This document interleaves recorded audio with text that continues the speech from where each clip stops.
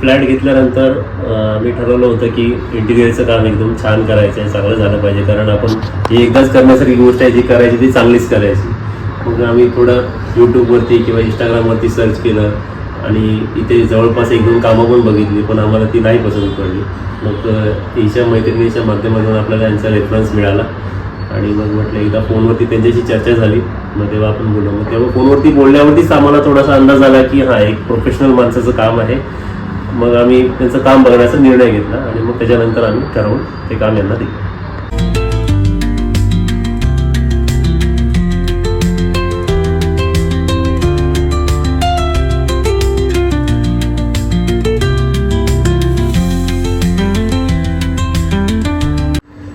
आम्ही पहिल्यांदा घाटकोपरला गेलो, त्यांचं काम बघितलं, ते आम्हाला खूप आवडलं. मग आम्ही ठरवलं की ह्यांनाच काम द्यायचं.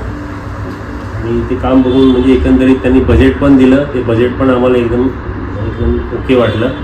त्या बजेटमध्ये चांगल्या प्रकारे त्यांनी काम करून दिलं आणि त्यांना आम्ही कुठल्याही प्रकारचं प्रेशराईज केलं नाही की बाबा आम्हाला घाई पाहिजे. कारण लवकर करणं म्हणजे जेवढी त्यांना आम्ही फ्रीडम दिलं किंवा जेवढं त्यांनी आम्हाला सांगितलं की असं करूया मग छान होईल, असे त्यांनी त्यांच्या स्वतःच्या खूप आयडियाज दिल्या आम्हाला आणि त्याच्यामुळे आमचं काम खूप छान झालं आहे. इवन त्या प्रत्येक गोष्टीमध्ये त्यांनी आम्हाला सजेशन दिलं की इथे हा कलर वापरूया, इथे ह्या कर्टन्स हे लावूया. घेताना वगैरे पण ते सोबत यायचे आणि त्यांनी सिलेक्ट करण्यासाठी पण सोफा, कर्टन किंवा त्यांचे कलर कुठलेही चॉईस करताना ते सोबत येतात आणि त्याप्रमाणे ते आपल्याला हेल्प करतात. आणि त्यांनी त्यांचं सजेशन आम्हाला प्रत्येक गोष्टीत दिलं आणि आम्ही त्यांना कधीच म्हणजे असं हे नाही केलं की हे नको आहे आम्हाला, पण ते आमचं पण डिसिजन ऐकायचे आणि स्वतःचं पण डिसिजन सांगायचे आणि ते सांगायचे की ह्या प्रकारे आपण केलं की तुमचं घर छान दिसेल असं करत त्यांनी आम्हाला खूप चांगल्या प्रकारे घर सजवून दिलं आहे. आणि आम्ही आत्ता जे घरात राहतोय एवढं छान घर वाटतंय ना, आम्हाला खूप आवडलं त्यांचं काम.